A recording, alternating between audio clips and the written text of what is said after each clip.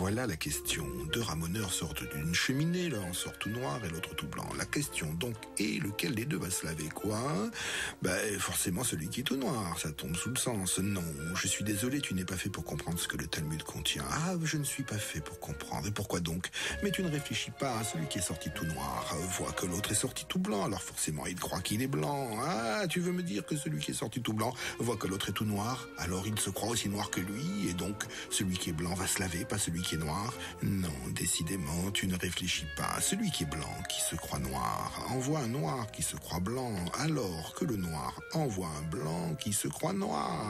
Oui, d'accord, dans ce cas alors qu'aucun des deux n'aille se laver. Et pourquoi pas que tous les deux aillent se laver?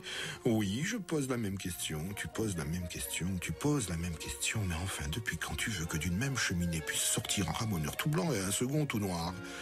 Oui, c'est une bonne question, c'est une bonne question. Non, le Talmud n'est pas qu'un livre de devinettes. Il est bien pire que ça. Ou bien mieux. Question de point de vue.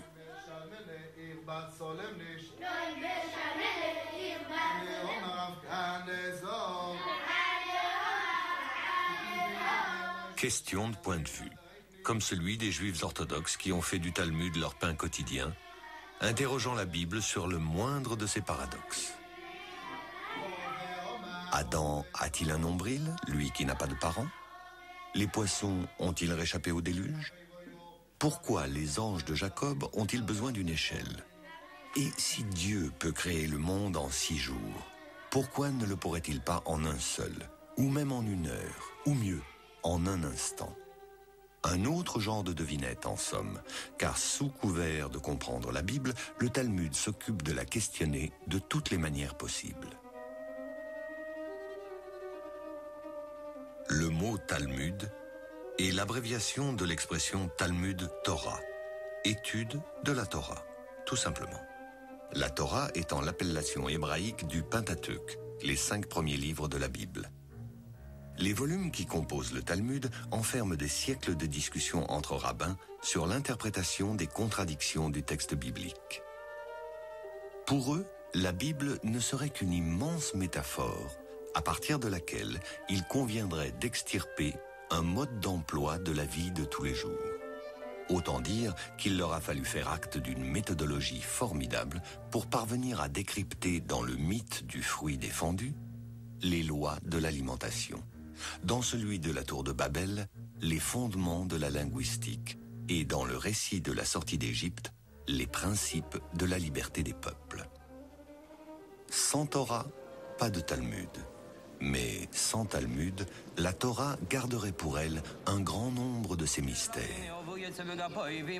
Il est d'usage, dans les synagogues, 3 fois par semaine, d'ouvrir les rouleaux de la Torah et de faire vivre le texte biblique en le lisant.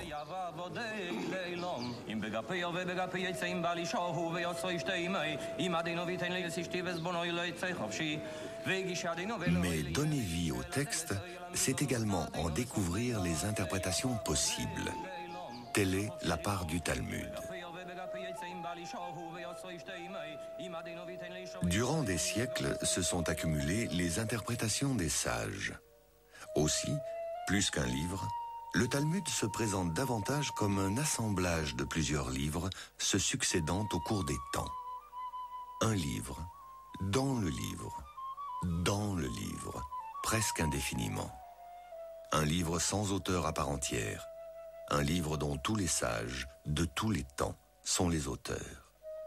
Pas un champ du savoir humain ne sera laissé de côté, car la Torah elle-même les contient tous, même si cela n'est pas apparent au premier coup d'œil. Le Talmud dit « Mon enseignement est pareil à la mer. Tu dois t'y plonger pour apprendre à nager. » Ainsi en est-il de la Torah. Seul celui qui s'y plonge, courant le risque de s'y noyer, pourra apprendre ce qu'elle est. Un océan de lumière. C'est ainsi que le Talmud considère la Torah. Il s'immerge en elle pour en découvrir les profondeurs. Au fil du questionnement, il finit par toucher aux sujets fondamentaux de la cause première, des liens de l'éphémère et de l'éternité, et tant d'autres dimensions essentielles que la philosophie ou la science traiteront aussi à leur manière. Mais loin de l'austérité de la philosophie et de la science, le Talmud sait aussi rire de lui-même. Je reprends. Celui qui est blanc envoie un noir qui voit un blanc qui se croit noir. Et celui qui est noir envoie un blanc qui voit un noir qui se croit blanc. Comment ? C'est simple, c'est pas si simple, mais non, c'est simple. Celui qui est blanc voit bien que sa main est blanche et celui qui est noir voit bien que sa main est noire. Tu veux me dire quoi ? Que celui qui voit que sa main est propre ne va pas se laver ? Oui. Et que celui qui voit que sa main est sale va se laver ? Trop facile. Non, tu sais, tu peux être propre et avoir encore envie de te laver. Tu peux être sale et ne pas avoir envie du tout de te laver. Regarde-toi, par exemple. Nous sommes en 70 de l'ère chrétienne. Titus a fait raser le temple de Jérusalem et les troupes romaines occupent la ville sainte.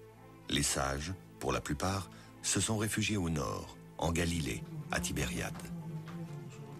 Par réaction à l'invasion romaine, désireuse de mettre un terme au judaïsme, un groupe de sages va entreprendre l'un des plus remarquables développements de cette culture juive en décidant de l'élaboration du Talmud. Et ce, sous l'égide de Rabbi Yehuda Hanassi, chef spirituel du peuple juif à l'époque, lumière parmi les siens. Il repose aujourd'hui au cœur de la Galilée, dans le berceau même de son œuvre, le Talmud. Jusque-là, les sages, génération après génération, répétaient de mémoire les dialogues des maîtres anciens auxquels s'ajoutaient leurs propres commentaires. Une sorte de mémoire collective qui risquait de finir par se disséminer et se perdre étant donné le volume des opinions qui ne cessait de croître. Pour éviter un pareil drame, Rabbi Yehuda Hanassi prit l'initiative de faire compiler par écrit près de 2 siècles d'enseignements, demeurés jusque-là transmis par la mémoire. Cette première somme, il en décida le cadre, la forme et les limites, et la nomma Mishnah. Mishnah signifiant répétition, du fait qu'il s'agissait de répéter cette fois par écrit ce que la mémoire ne suffisait plus à retenir. Cet énorme travail ne fut terminé que 2 siècles après sa mort. La Mishnah consiste en la première partie du Talmud et sera donc achevée en 220 de l'ère chrétienne. Le Talmud s'organisera selon l'agencement que Rabbi Yehuda Hanassi donna à la Mishnah. 6 ordres, recouvrant tout l'éventail du champ de la connaissance. 6 ordres, eux-mêmes divisés en 63 traités, eux-mêmes divisés en 523 chapitres, qui font du texte biblique un véritable traité de vie. Dieu fit le monde en 6 jours. Rabbi Yehuda le rangea en 6 ordres.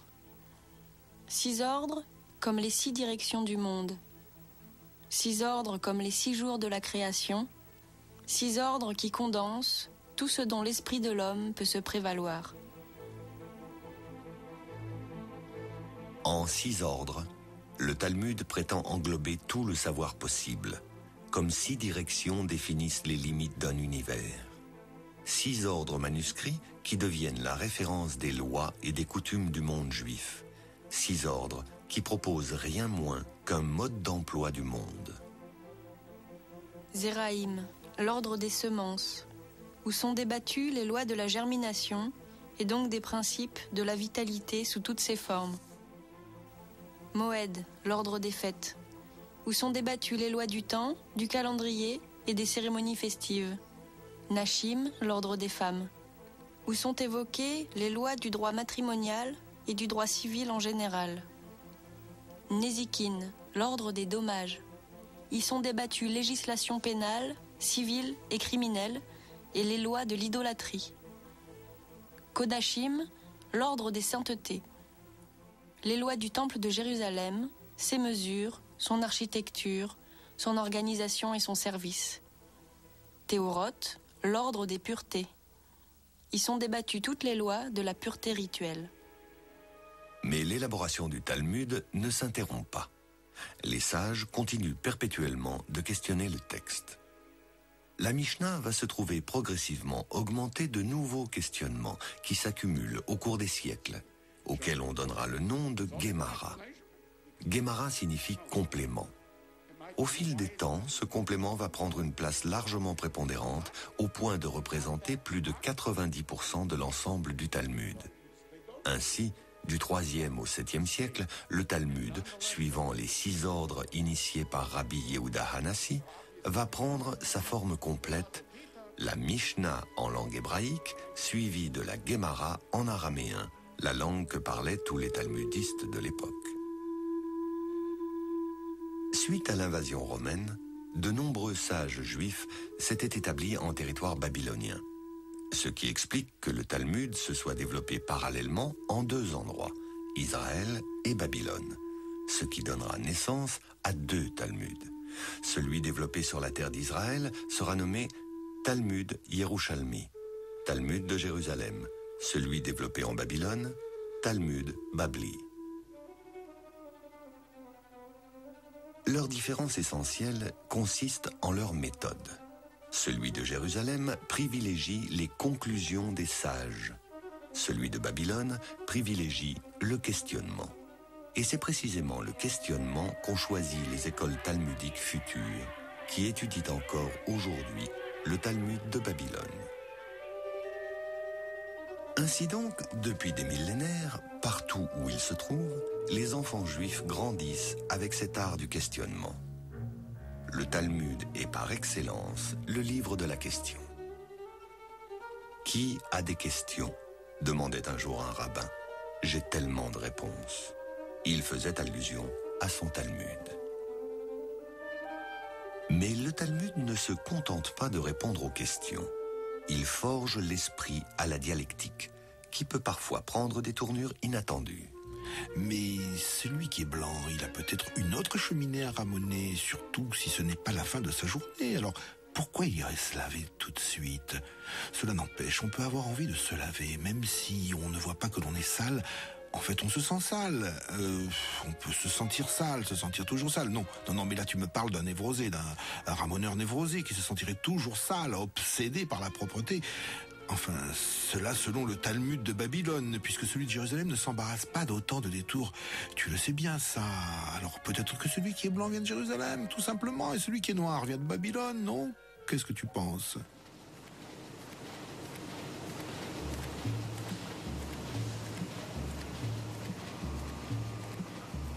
Il aura fallu 6 siècles pour parvenir à donner corps au Talmud. 6 siècles pour parvenir à condenser ce qui deviendra l'ensemble le plus singulier jamais réuni, de dialogues sans fin sur tous les sujets du monde. Jusqu'à aujourd'hui, une page du Talmud est constituée en son centre de l'ensemble formé par la Mishnah et la Gemara. Divers commentaires les entourent, commentaires ultérieurs devenus indispensables à leur compréhension. Aujourd'hui, les étudiants de Yeshiva, les écoles talmudiques, perpétuent le dialogue entre les rabbins des premiers siècles et leurs successeurs.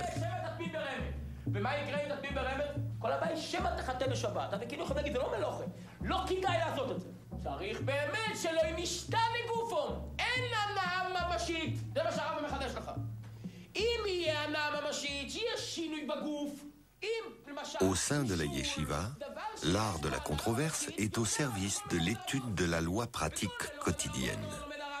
Mais avant toute chose, le Talmud développe l'esprit d'analyse, aiguise le sens critique, repousse les frontières de l'absurde le plus loin possible, toujours dans la perspective de rendre optimale la pensée et ses contradictions. Ainsi, les étudiants découvrent par quelles prouesses intellectuelles le Talmud déduit des récits bibliques et de leurs apparents paradoxes ou anachronismes leur incidence dans la vie pratique quotidienne. Le texte biblique est aussi perçu comme métaphore, parce que la langue hébraïque est une langue à tiroir. Un seul mot peut avoir plusieurs sens, donc plusieurs niveaux d'interprétation. Qu'importe qu'Adam et Ève aient un nombril. Adam, en hébreu, veut dire « je suis du sang » et Ève « je suis vivante ». Au-delà de la rencontre d'un homme et d'une femme, il s'agit de la rencontre de la chair et de la vitalité. Comment la vitalité pénètre le corps par le sang. Tout ce que je mange devient sang, dit le Talmud. Et curieusement, voilà que les lois de l'alimentation sont tributaires de l'histoire d'Adam et Ève. C'est bien la première chose qu'ils firent une fois créés. Ils se mirent à manger, comme le nouveau-né, à peine sorti du ventre de sa mère. Manger implique que l'on fasse attention à ce que l'on mange, dit le Talmud. Ainsi, du simple récit d'Adam, d'Ève et d'un fruit inconnu, se découvrent des règles alimentaires qui, au-delà de la simple diététique, définissent un lien entre l'homme et le monde. Alors face à face, comme des duellistes, les apprentis talmudistes confrontent leurs opinions, aiguisent leur art du dialogue, perpétuant la tradition du questionnement qui ne va pas sans un certain sens du jeu. Mais attends, depuis quand un sort noir et un autre blanc? C'est un piège, sûrement un piège. Ils doivent sortir tous les deux noirs, hein, quoi? Ah non, il suffit que le premier qui sort par la cheminée récolte toute la suite. Tu veux dire que le passage est propre pour le second, comme ça le premier sort tout noir et le second tout blanc? Trop facile. Et tu crois que le Talmud pose une question aussi subtile pour une réponse aussi simple? Je ne crois rien. J'essaie de comprendre. Tu essayes de comprendre. Bon, je reprends. 2 ramoneurs sortent d'une cheminée, un tout noir, un tout blanc. Alors lequel des deux va se laver?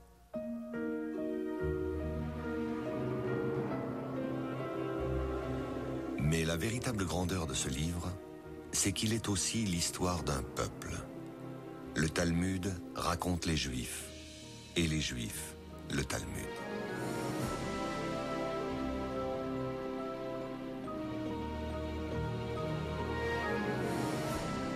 C'est au cours des errances du peuple juif que se façonnera le livre et son histoire. Celle de son contenu se mêle aussi à celle de son invention, de ses manuscrits, de son imprimatur. L'histoire du Talmud doit être perçue comme l'histoire d'un peuple. Du Sinaï, Moïse reçut la Torah. Du Sinaï, et non pas au Sinaï, fait remarquer le Talmud. Comme si le Sinaï lui-même était l'instigateur du don de la Torah à Moïse et de Moïse aux hommes. La nuance faisant non plus du Sinaï une simple montagne, mais il y a un lien intime entre le mot Sinaï et le mot Sinat, qui veut dire la haine.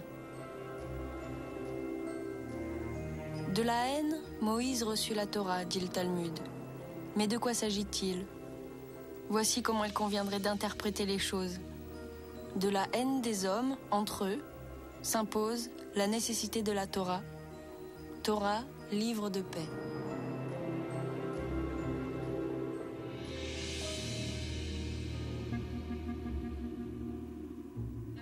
Perpétuelle cadence qui tangue, ondule et berce. Les Juifs, génération après génération, battent une mesure sans fin, marquant les oscillations d'un pendule qui mesure le temps au rythme des pages de Talmud étudiées. Le Talmud est une flamme qui pénètre l'esprit, une flamme qui transmet au corps son mouvement ininterrompu, immuable, sempiternel, au rythme de la vie, tels les battements d'un cœur. À en croire l'anatomie talmudique, ces oscillations favorisent à la fois la concentration et la mémorisation. Dans un sens, les valvules s'ouvrent, dans l'autre, elles se referment. Dans un sens, la compréhension s'active, dans l'autre, la mémorisation.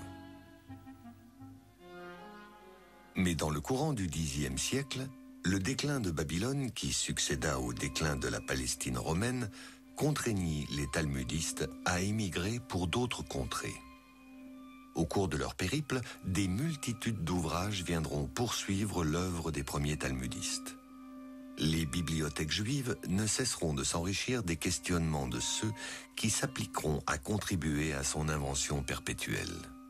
Le Talmud demeurant tout au long des âges un processus créatif ininterrompu.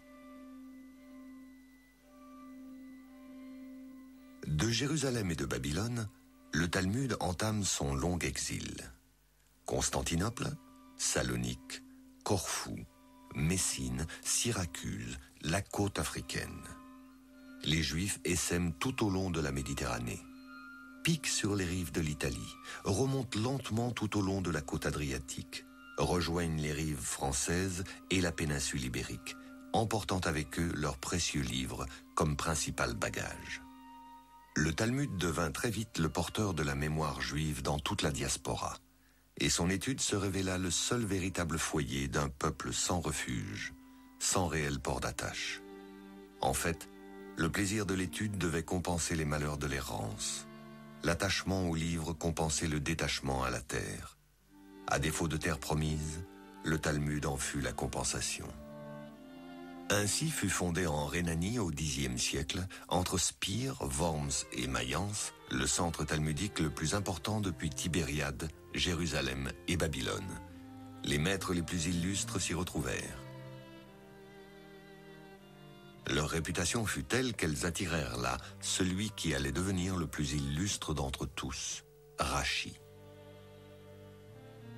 Né en 1040 à Troyes, en France, Rabbi Shlomo ben Yitzhak Hatzarfati, dit Rashi, rejoignit Worms comme jeune étudiant et y demeura plusieurs années. Rashi allait devenir le plus populaire, mais aussi le plus phénoménal des rabbins de son temps. Phénoménal par son savoir, phénoménal par son apport à la culture talmudique. C'est ici, dans la yeshiva de Worms, qu'il suivit sa formation jusqu'à devenir un maître éminent. En témoigne cette chaise qui aurait été la sienne, incrustée dans la pierre comme son enseignement le sera dans l'édifice du Talmud, tel que nous le connaissons aujourd'hui.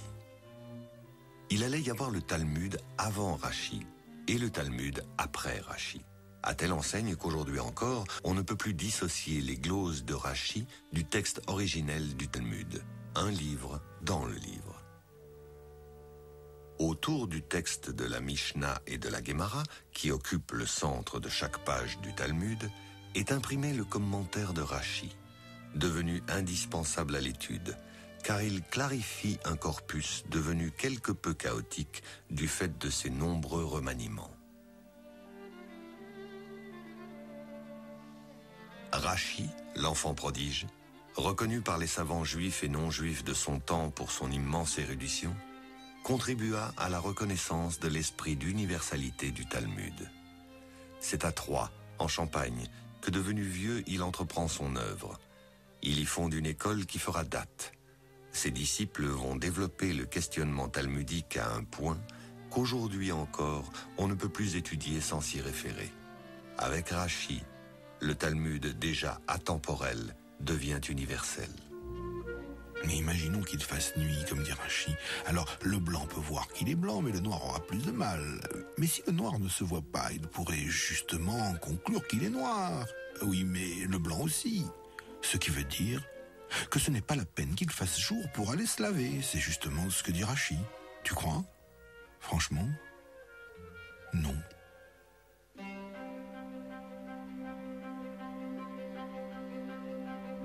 Un océan de lumière. Si la Torah reflète la lumière divine, le Talmud canalise cette lumière et l'apprivoise comme la mer apprivoise le feu du soleil. S'immerger dans le Talmud, c'est apprivoiser alors le feu divin. Mais ce n'est pas forcément échapper au feu dévorant du monde. Durant l'année 1240, Nicolas Donin, un juif français, converti, devenu dominicain, dénonça au pape Grégoire IX les erreurs et les falsifications qu'il attribuait au Talmud. À son avis, celui-ci contenait des blasphèmes contre le Christ, la Vierge Marie, les anges et les saints de l'Église. Grégoire IX, qui avait dès cette époque fixé les règles de l'Inquisition pontificale, estima de son devoir de poursuivre les hérétiques.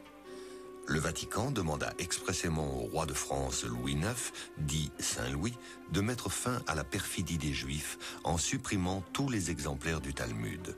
Saint-Louis ordonna que tous les manuscrits juifs fussent jetés au feu. Le brûlement du Talmud eut lieu en 1244 à Paris. Il fut suivi de nombreux autres les années suivantes en application de la législation royale. Le Talmud sera solennellement condamné le 15 mai 1248 comme œuvre du diable, blasphématoire. La répression fut si violente que cela mit un terme au talmudisme français. Et le Talmud reprend son errance, cette fois jusqu'en Espagne. Depuis le IXe siècle, date du déclin de Babylone, l'Espagne est musulmane. Pourtant, pas une de ces grandes cités qui n'abrita quelque éminent talmudiste. Cordoue, Tolède, Séville, Barcelone, Grenade. Les Juifs y résidaient en parfaite tranquillité et l'étude du Talmud y était prospère. Comme en témoigne la cathédrale de Cordoue, bâtie au cœur de l'ancienne mosquée, l'Andalousie de cette époque demeure encore le symbole de la concorde entre les communautés. En ces temps, musulmans, chrétiens et juifs faisaient bon ménage. À l'ombre de la mosquée, à l'ombre de l'église, dans les ruelles de la Judería, au sein de la communauté talmudique, va poindre une nouvelle lumière.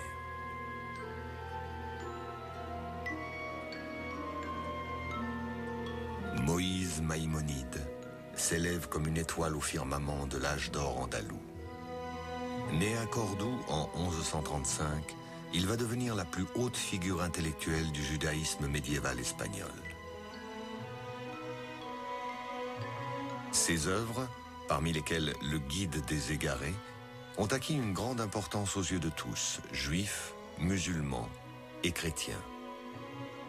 Son code de la loi, le Mishneh Torah, a joué un grand rôle dans les écrits des philosophes de tous bords et des érudits religieux de toutes obédiences, et ce, pendant des générations. Celui qui lira mon livre connaîtra toute la Torah et tous ses commentaires, disait Maïmonide de son Mishneh Torah. Rachi en France, Maïmonide en Espagne, étaient tous deux animés par le même souci d'universalité. Tous les deux souhaitaient faire sortir le Talmud de la seule synagogue afin de le rendre disponible au plus grand nombre.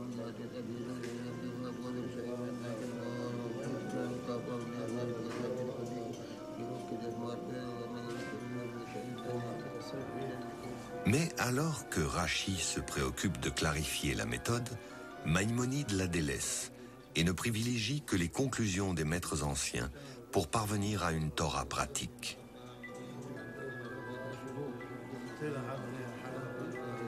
Mon but est d'être aussi concis que complet, dit Maïmonide, afin que le lecteur puisse être directement orienté sur tout ce qui a été institué et confirmé par le Talmud, sans avoir affaire à toutes les discussions des sages qui pourraient lui troubler le raisonnement. Tout cela afin que l'on n'ait pas besoin d'un autre livre que le mien. Astronome, mathématicien, botaniste, médecin de Saladin, Maïmonide passa son existence à conseiller les grands de son temps, comme les plus humbles.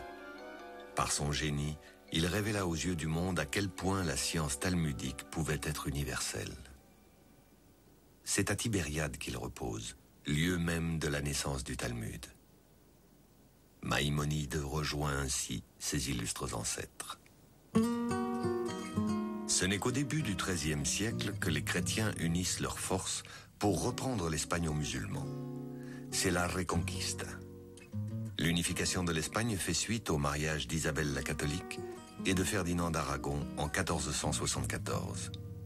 Elle aboutira en janvier 1492 à ce que les musulmans soient définitivement expulsés. Pris dans la tourmente de l'Inquisition renaissante, sur ordre du Vatican, les Juifs aussi seront chassés d'Espagne la même année. Ils fuient, en sauvant des désastres leur seule véritable richesse, le Talmud. Chassés d'Espagne, les Juifs et leur Talmud se dispersent.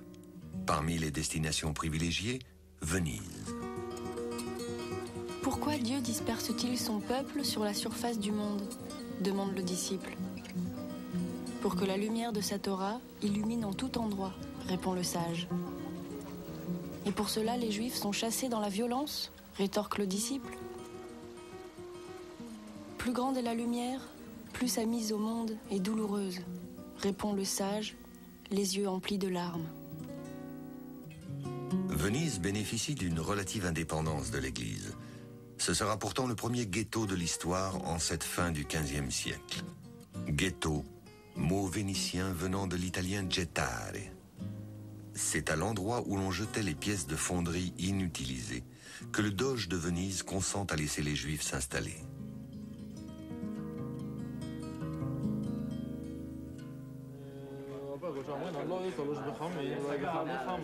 Venise devient une véritable pépinière de talmudistes.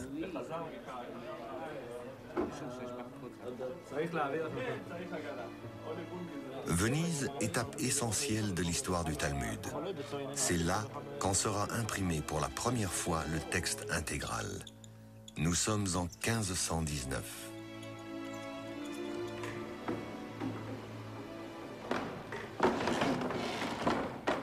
Le Vatican, qui proscrivait le Talmud dans toute l'Italie sous peine des rigueurs de l'Inquisition, ne put empêcher le doge d'autoriser l'imprimature des livres juifs sur son territoire.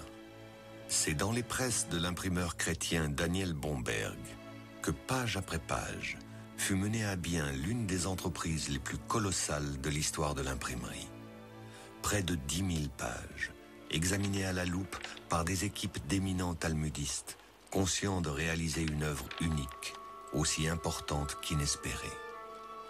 De 1519 à 1523, 5 ans de labeur seront nécessaires pour que de manuscrits, le Talmud devienne livre. Bomberg ne regarda pas à la dépense, soucieux que son édition du Talmud atteigne la perfection. Son œuvre devait faire date, puisqu'elle demeura la seule référence pendant près de 4 siècles. Toutes les éditions qui allaient suivre, parmi les plus fameuses, Bâle, Pizarro, Amsterdam, Munich, Francfort, Cracovie, jusqu'à celle définitive de Vilna au XIXe siècle, seraient inspirées de celle de Bomberg. Le travail d'orfèvre dont fit preuve Bomberg décida pour la suite des temps de la physionomie des pages du Talmud, lui donnant cet aspect à la fois sobre, simple, minimaliste, sans la moindre fioriture, en allant au cœur du texte, suivant une géométrie très particulière. L'édition Bomberg fixa la pagination. Le texte de la Mishnah et de la Gemara occupe le centre de chaque folio en écriture carrée, autour duquel se répartissent les gloses de Rashi et celles de ses élèves en caractères semi-cursifs. Avec Bomberg, le Talmud devient au XVIe siècle une œuvre d'art. Cependant, l'institution de la censure par le Vatican pousse Bomberg à mettre un terme à son activité et à quitter Venise en 1546. L'Église, qui ne pouvait s'en prendre à la Bible sans s'en prendre à elle-même, s'acharne contre le Talmud. À ses yeux, les Juifs ne sont plus le peuple de la Bible, mais le peuple du Talmud, cultivant un esprit anti-chrétien, un esprit diabolique. Tous les arguments que l'Église élèvera contre le Talmud et son contenu s'avéreront évidemment sans fondement.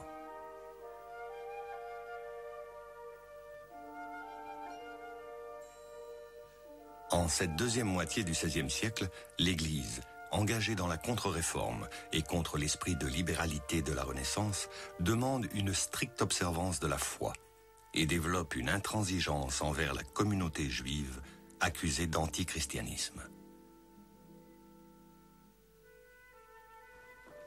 De nombreux monastères possèdent encore des exemplaires des livres confisqués à l'époque.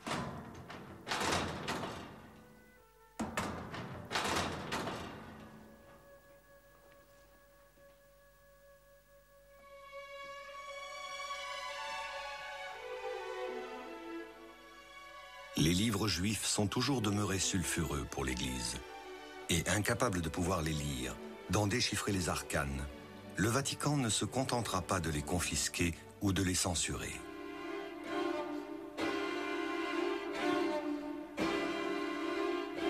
En 1553, le Vatican émet à nouveau l'ordre de jeter aux flammes les livres juifs.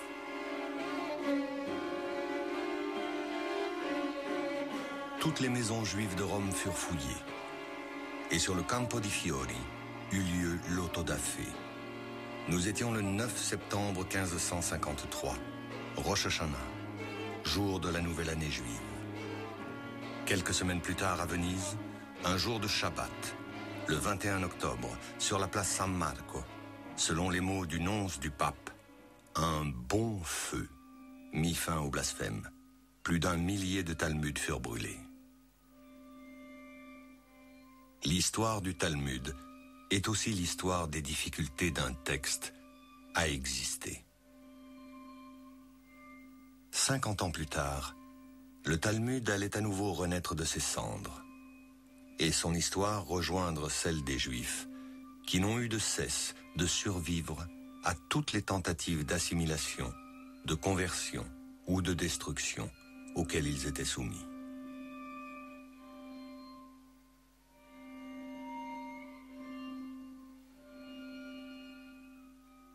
Oui, le noir envoie un blanc qui se croit noir, mais ce noir se croit blanc sans se douter que le blanc se croit noir. Mais est-ce qu'un blanc qui se croit noir est plus blanc qu'un blanc qui se croit blanc?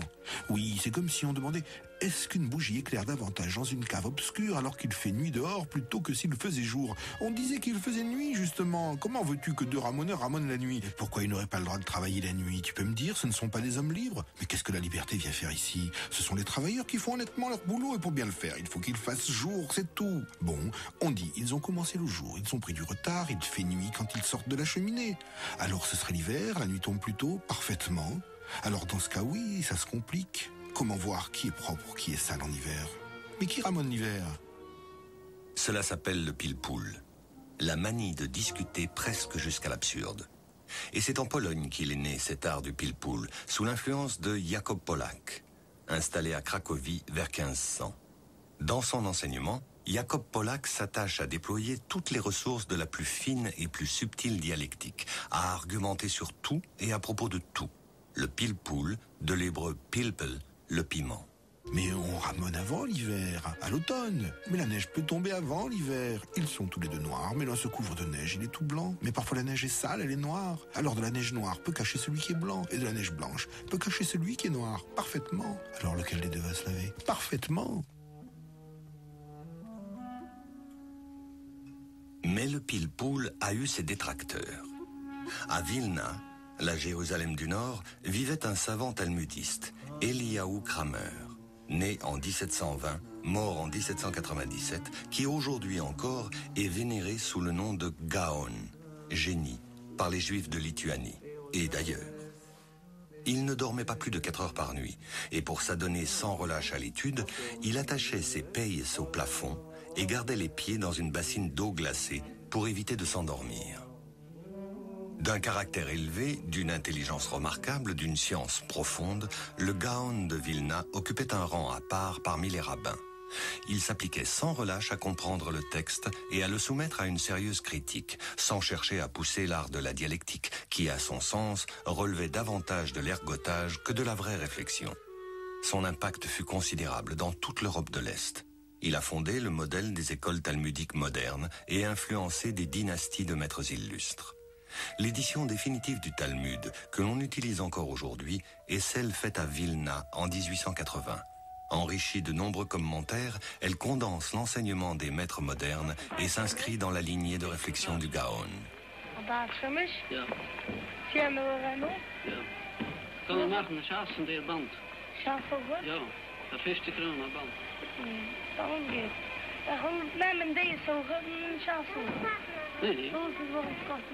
Dès lors, tous les étudiants disposent d'un outil de travail bien plus performant que n'en disposaient les générations passées. De la Pologne à l'Autriche, de la Hongrie à l'Italie, de l'Espagne à l'Angleterre, de l'Allemagne à la France, de la Lituanie à l'Ukraine, on peut dire qu'il ne fut pas une contrée d'Europe qui ne participa à l'invention du Talmud. Ainsi, durant près de 8 siècles, le Talmud habita l'Europe, aussi bien l'Europe des villages et des ghettos que celle des capitales et des principaux centres de la vie intellectuelle. Durant toutes ces années, le Talmud connut une production intense de commentaires et une floraison d'écoles qui façonnèrent la culture juive dont allait hériter la modernité.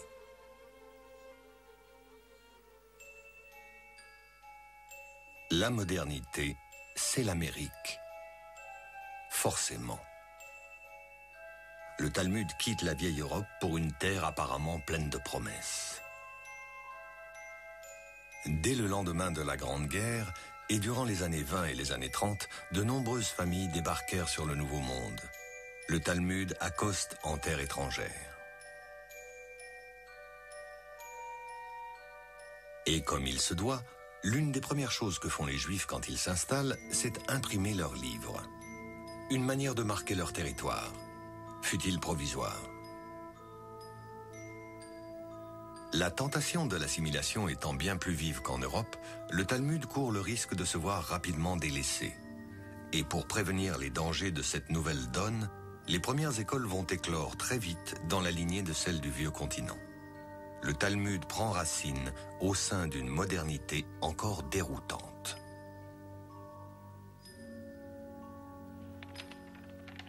À l'aube du XXe siècle, le Talmud doit-il s'adapter à la modernité ou la modernité doit-elle s'adapter au Talmud? Pour répondre à cette question, il suffit de se plonger dans le dialogue des sages et concevoir combien leurs paroles ont toujours anticipé les événements de l'histoire. L'école de Shammai et l'école de Hillel se disputèrent pendant 2 ans et demi au sujet de l'homme. La première disait « Mieux eût valu que l'homme ne fût pas créé ». La deuxième « Il est bon que l'homme ait été créé ». À la fin, les voix furent comptées et l'on conclut « Mieux eût valu que l'homme ne fût pas créé, mais puisqu'il existe déjà, alors qu'il soit vertueux ». Vertueux? Que reste-t-il aux Juifs à l'aube de la Seconde Guerre mondiale? Aller pratiquer la vertu aux États-Unis?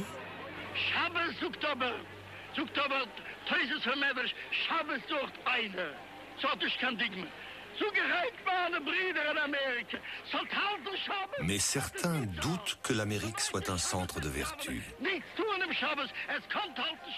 Condamnés à une forme de clandestinité, enfermés dans leur ghetto, leur Talmud pour seul refuge, le sort des Juifs en Europe centrale au XXe siècle peut donner argument à l'opinion selon laquelle mieux valut que l'homme ne fût pas créé.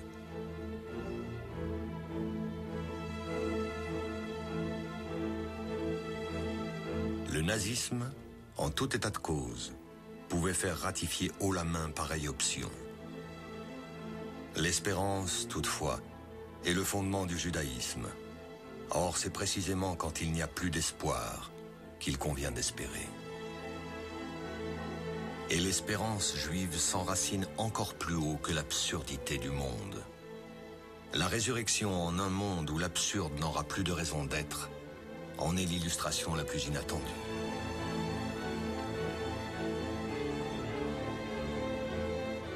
Le Talmud raconte l'histoire d'un empereur romain qui envoyait les Juifs à la mort. Il interpella l'un des sages avant de le livrer à ses bourreaux et lui dit « Je ne comprends pas comment vous, Juifs, pouvez croire à la résurrection des morts. » La plus jeune fille du sage répondit à sa place. Elle dit aux Romains « Tu n'existais pas et à présent tu existes. Cela ne t'étonne pas, mais moi m'émerveille à chaque instant. Aujourd'hui tu existes et tu t'étonnes qu'un jour tu puisses exister à nouveau? Eh bien moi, cela ne me surprend pas. » Le Talmud évoque la résurrection des morts de façon imagée, mais s'en fait lui-même l'illustration concrète. En effet, combien de fois est-il revenu d'entre les flammes?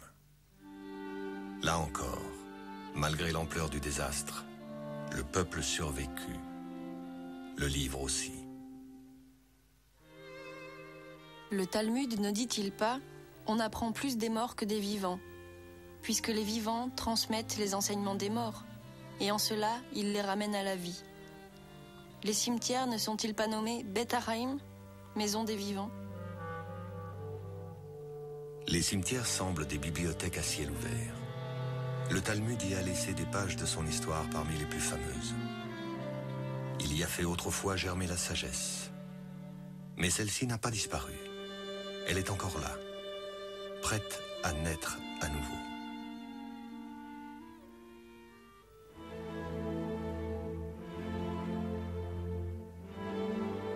Après la guerre, les études talmudiques allaient redoubler, et notamment aux États-Unis, grâce à l'initiative du Daf Yomi.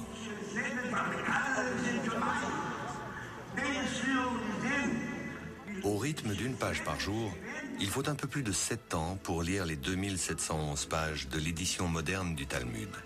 Un exercice auquel se livrent de par le monde tous les talmudistes dignes de ce nom, associés au programme Daf Yomi.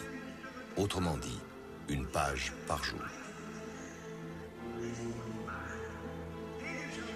Le principe de l'étude d'une page quotidienne du Talmud fut initié par le rabbin Meir Shapiro, le 11 septembre 1923, à Lublin, en Pologne.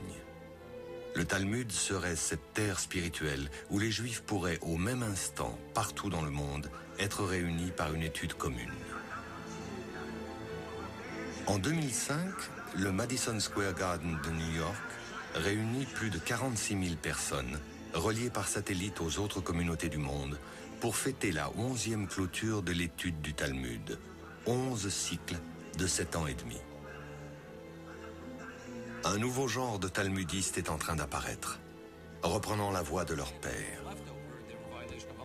Comme au sommet des tours de Manhattan, où hommes d'affaires, avocats, banquiers décident de s'adonner à l'étude quotidienne du Talmud avant de rejoindre leur bureau. Une manière de se ressourcer.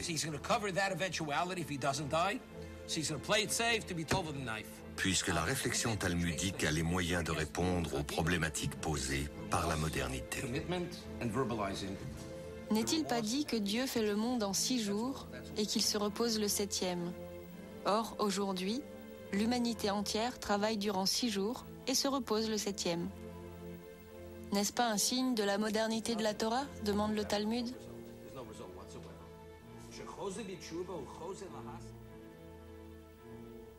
Les Juifs américains ont, dès les premières heures, participé à la construction du Nouveau Monde, s'assimilant souvent au prix de leur propre héritage culturel. Mais ils ont néanmoins toujours entretenu un lien avec la terre ancestrale, revenant régulièrement sur le sol de la vieille Europe. Plus que de la nostalgie, il s'agissait d'un réel besoin de se ressourcer auprès de ceux qui avaient su préserver le Talmud de l'assimilation. Certes, l'assimilation avait déjà gagné l'Europe. Quittant les yeshivas, succombant aux atours de la philosophie, de la littérature, de l'art et de la science, de nombreux enfants et petits-enfants de talmudistes allaient ouvrir des voies nouvelles dans bien des domaines. Mathématiques, logique, physique et même psychanalyse. Dans sa correspondance avec Karl Abraham, Sigmund Freud évoque l'atavisme talmudique qui aurait poussé certains d'entre leurs collègues dans les voies de la psychanalyse. Quelle différence entre un talmudiste et un psychanalyste? Une génération, disait-on. Aujourd'hui, on peut inverser la question. Quelle différence entre un psychanalyste et un talmudiste? Une autre génération. Une génération pourtant à laquelle on avait arraché violemment le Talmud des mains pour le jeter au feu. Or, quand on commence à brûler les livres, on finit par brûler les hommes. Des hommes mis dans des trains qui furent leur tombe.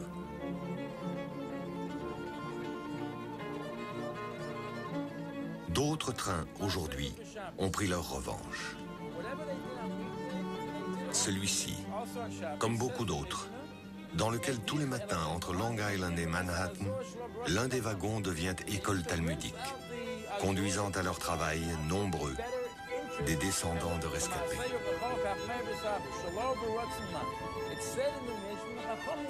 Le Talmud stimule l'esprit.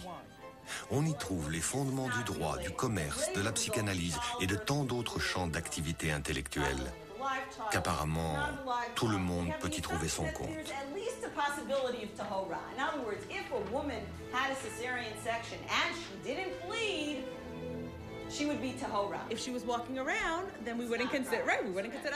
D'où savons-nous que la femme est l'inspiratrice de l'homme? De ce qu'il est dit, Dieu dit à Abraham, écoute la voix de ta femme Sarah. De cela, les sages ont déduit que si la femme étudie, elle peut aller beaucoup plus loin que l'homme. Est-ce pour cela qu'il l'a dispensée de l'étude? La modernité aura au moins gagné en élèves. Les femmes jusque-là maintenues dans une certaine discrétion, pour ne pas dire une quasi-distance au Talmud, s'y appliquent aujourd'hui chaque jour davantage. Leurs aînés se sont contentés d'en entendre parler.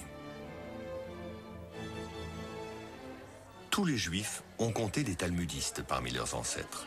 Freud évoque le Talmud de ses pères. Marx était issu d'une lignée de plus de 14 générations de talmudistes. Einstein parodie le Talmud sans le savoir en découvrant les lois de la relativité. Kafka avait le regret de ne pas l'avoir étudié. Innombrables sont ceux parmi les fondateurs de la pensée moderne qui, d'une façon ou d'une autre, lui sont redevables. Même si la tradition talmudique fut parfois délaissée, parfois reniée ou bannie, la machine Talmud ne s'est jamais enrayée. À New York, les éditions ArtScroll traduisent sans relâche. Rabbi Sherman est l'un de ces artisans qui, par leur travail de traduction, participent à cette continuité de l'invention du Talmud. Aujourd'hui, le Talmud existe en anglais, en russe, en français, en espagnol, comme si la dernière phase de cette invention était précisément d'être lisible dans toutes les langues, abordable au plus grand nombre. C'est la tâche que s'est fixée Adin Steinsaltz, qui dirige l'Institut des textes talmudiques de Jérusalem. Il est l'auteur d'une nouvelle traduction détaillée qui s'évertue de signifier en quoi le Talmud est toujours d'actualité. Dispenser la lumière au plus grand nombre. Pour ce faire, le Talmud trouve des voies nouvelles que ni Rabbi Yehuda Hanassi, ni Rashi, pas plus que Maïmonide, n'auraient jamais soupçonnées. Rashi nous explique, c'est-à-dire comme ce or qui est le matin, Yizrach Shemesh, c'est-à-dire le soleil brillera pour les tzadikim dans le monde futur. C'est-à-dire que les tzadikim sortiront de l'obscurité au monde futur comme le or qui est le matin. Internet, à sa manière, répète le geste de Hanouka. Hanouka, la fête des Lumières. Une fois par an, il s'agit d'allumer des lumières à l'extérieur de la maison, comme symbole du partage de l'espérance en un monde meilleur. Un monde rendu meilleur par la connaissance. Connaissance qui doit sortir de la clandestinité. Telle la flamme de Hanouka, la lumière du Talmud n'a cessé au cours de son histoire d'éclairer dans l'obscurité.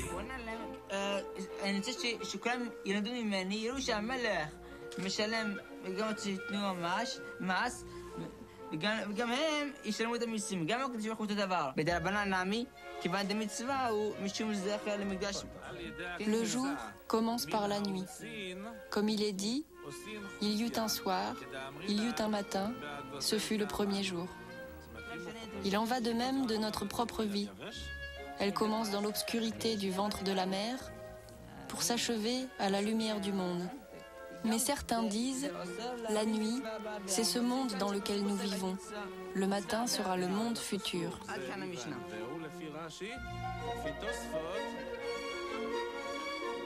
Ainsi, ce monde obscur fait de nous des aveugles à la recherche de la moindre lueur de sagesse. Une simple petite lumière qui scintille dans les ténèbres. Voilà. Le Talmud est demeuré tout au long du destin du peuple juif, cette étincelle qui leur conservait dans les épreuves une sorte de clairvoyance. C'est ainsi en tout cas que le Talmud nomme les aveugles, ceux qui voient clair. Et s'ils étaient aveugles, s'ils n'y voyaient vraiment rien, la nuit totale, constamment, quoi, deux ramoneurs aveugles? Ceci dit, pour ce qu'il y a à voir dans une cheminée, si la question était deux aveugles, l'un noir et l'autre blanc, lequel des deux va se laver? Mais dans ce cas, le Talmud aurait parlé d'aveugles et pas de ramoneurs. Oui, mais il est tellement facile de répondre que celui qui est sale va se laver qu'il faut comprendre que l'intention du Talmud est bien de nous faire comprendre qu'ils sont aveugles. Mais comment peuvent-ils nettoyer une cheminée s'ils n'y voient rien? Mais tu n'as jamais vu d'aveugle jouer du piano? 2 ramoneurs qui joueraient du piano? Non, mais si 2 aveugles peuvent jouer Beethoven à 4 mains, ils peuvent bien passer par le trou d'une cheminée. Mais pourquoi la question n'est pas, après le concert, lequel des 2 pianistes va se laver? Mais c'est ça la question précisément. Juste qu'ils sont ramoneurs, oui, et aveugles. Tu as déjà vu 2 ramoneurs jouer du piano? Non, mais je demande qu'à voir. Ceci dit, j'ai connu un brocanteur qui jouait de la trompette en duo. Ah bon? Laquelle de trompettes va se laver? C'est une bonne question, d'autant qu'elles sont toutes les 2 en cuivre. Mais dis-moi, juste une question. Tu as déjà vu des ramoneurs? Non. Moi non plus.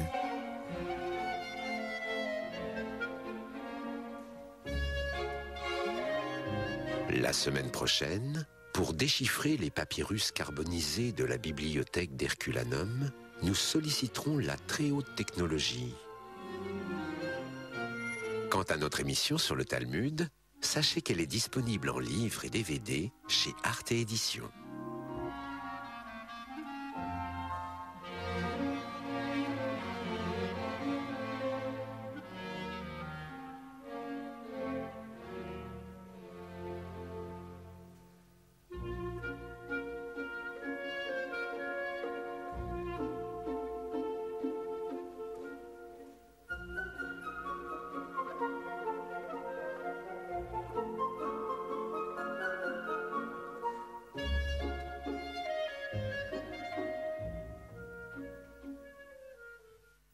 Votre soirée sur Arte. Sans attendre, Métropolis explore le nouvel Eldorado culturel, l'Émirat arabe d'Abu